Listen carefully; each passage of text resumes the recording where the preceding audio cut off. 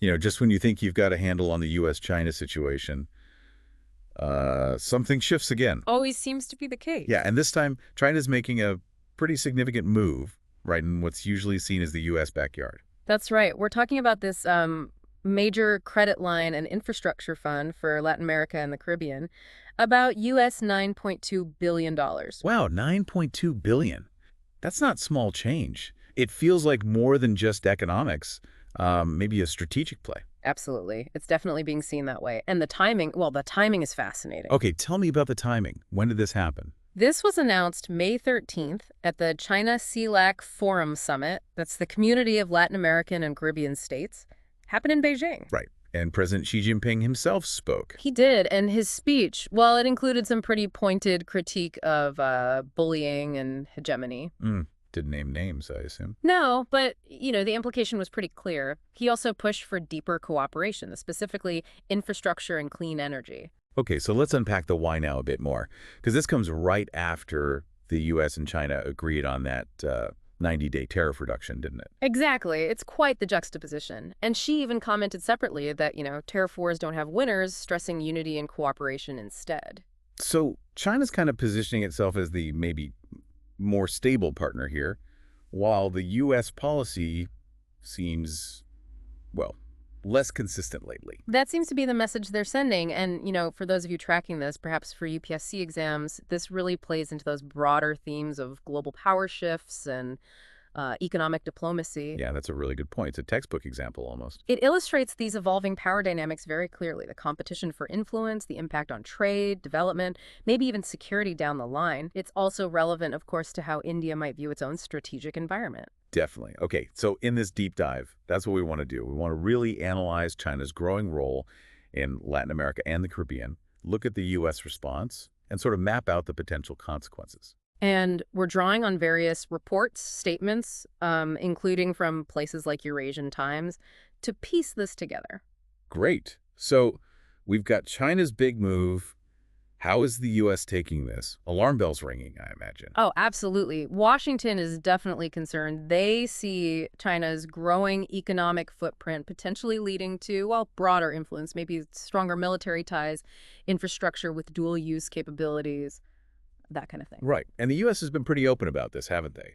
Saying the CCP's role there is a threat to U.S. interests. Yes, quite explicit. They see it as direct competition in the Western Hemisphere. And we should probably remember the context here, like the Trump administration's tariffs on some LAC countries. That's important background, yes.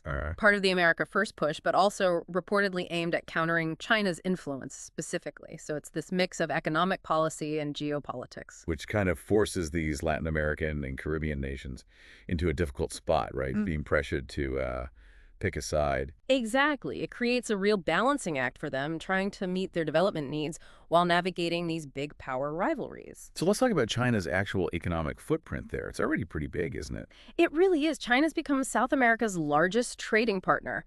The figures are quite something. Bilateral trade hit, U.S. $427 billion just in the first 9 months of 2024. Wow. $427 billion. That's a huge shift. It is.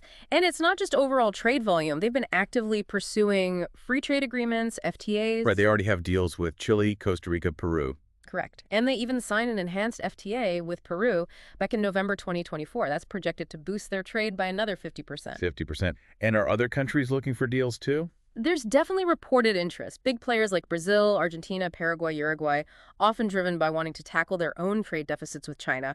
Plus, talks are ongoing with Ecuador, started back in 2022, apparently. So it's a sustained push. Yeah. And beyond trade deals, what about direct investment? Oh, yeah. Significant investment from Chinese state-owned companies. We're seeing it in mining, in tech, like EV factories popping up in Mexico and Brazil, and very importantly, in energy. Energy, particularly lithium. Exactly. Lithium projects in Argentina, Bolivia, Chile, critical for batteries for the green transition. And this isn't new, right? They've been investing in basic infrastructure for years. For decades, really. Ports, roads, power plants. From the U.S. perspective, this often looks like an attempt to buy influence and power through these deep economic ties. Which brings us neatly to the Belt and Road Initiative, the BRI. Yep, the BRI. China's huge global project, a key part of their ambition to be a world power, and it's definitely active in Latin America. How many countries have signed on? Last count, I think it was 22 countries in the region have signed BRI cooperation documents. That's quite widespread participation. Though not universal. Didn't Panama pull out recently? That's right. Panama exited in February 2025. Reports suggest U.S. pressure played a role there. Interesting. But then you hear reports about Colombia's President Petro possibly being interested in joining. Yes, it shows the appeal is still there for some, despite the U.S. warnings. And what are those U.S. warnings typically about? The usual concerns raised about BRI globally, really. Potential debt traps, loss of sovereignty, lack of transparency in deals, and the strategic leverage China gains. They often point to the Hambantota port in Sri Lanka as, like, a cautionary tale. And the scale of lending is significant. Very. Chinese banks like the Export-Import Bank and China Development Bank loaned over U.S. $141 billion to LAC governments just between 2005 and 2020, mostly for infrastructure and energy. Okay, so that massive infrastructure funding is exactly what raises U.S. strategic concerns, like the Shanxi port in Peru. Precisely. That port is a big one, built by China, operated solely by the Chinese company COSCO. The U.S. is watching that very closely. And this is where, maybe for our listeners focused on UPSC and international relations, the geopolitical angle gets really sharp. The U.S. sees this port as being, what, on its 20-yard line? That's the kind of language used, yeah. It highlights the geopolitical proximity concern. The worry is that this deepwater port isn't just commercial, that it could have military objectives for Beijing, a strategic foothold. Potential for dual use, basically. Exactly. U.S. Southern Command has warned it could potentially host Chinese naval vessels, even survey ships used for intelligence gathering. It blurs the line between economic projects and security issues. And the U.S. isn't just warning, they're actively pushing back diplomatically, like in Panama. Yes, there was a noticeable diplomatic offensive regarding China's influence around the Panama Canal. Secretary of State Marco Rubio apparently spoke directly to Panama's president about U.S. concerns. And Panama did end up pulling out of the BRI and adjusting some deals. They did. So U.S. pressure can have an effect. What about other strategic concerns? Anything beyond ports? Well, there's the Chinese space tracking station in Argentina, Spacioliano. Right, the deep space station. Yeah. Ostensibly for science. That's the stated purpose. But the U.S. worries it could be used for military purposes, like tracking U.S. satellites, maybe even interference. Some analysts even suggest it could potentially help guide PLA hypersonic missiles, which is obviously a major concern for Washington. It's a high-stakes concern, absolutely. Though it's worth noting, China's success selling actual military equipment in the region has been mixed. Like the Argentina fighter jet deal. They went with US F-16s in the end. Exactly. They considered the Chinese JF-17, but ultimately chose the American jets. So U.S. influence still holds sway in some defense areas.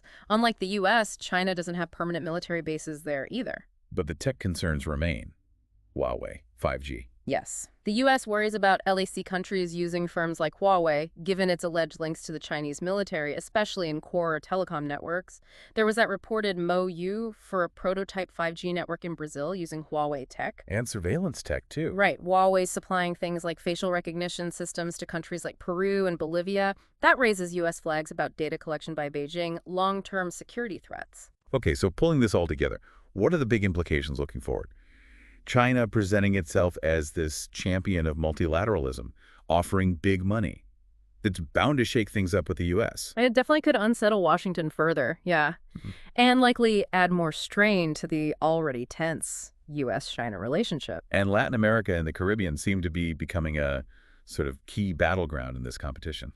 Increasingly so. It's emerging as a really crucial arena for U.S.-China influence. And for you, listening, it really makes you think about the long-term impact on the sovereignty and the development path of these nations caught in the middle. Yeah, and how this might reshape global trade, geopolitical alignments down the road.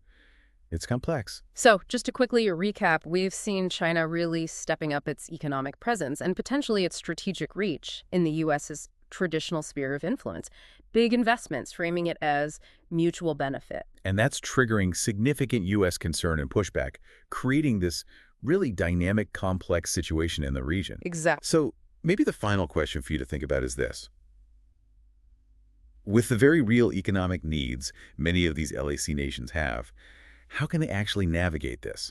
How do they balance the competing interests of the U.S. and China without sacrificing their own sovereignty or long-term development goals? Or perhaps, what are the potential unintended consequences of this whole geopolitical game playing out in the Western Hemisphere, something to definitely keep an eye on. Absolutely. If you found this deep dive helpful, especially if you're tracking these issues for UTSC or just want to stay informed on global affairs, please do like, subscribe, and maybe drop a comment. Let us know your thoughts or any other questions you have. We'd love to hear from you. And just a reminder, the information we discussed today was based on material sourced from Eurasian Times.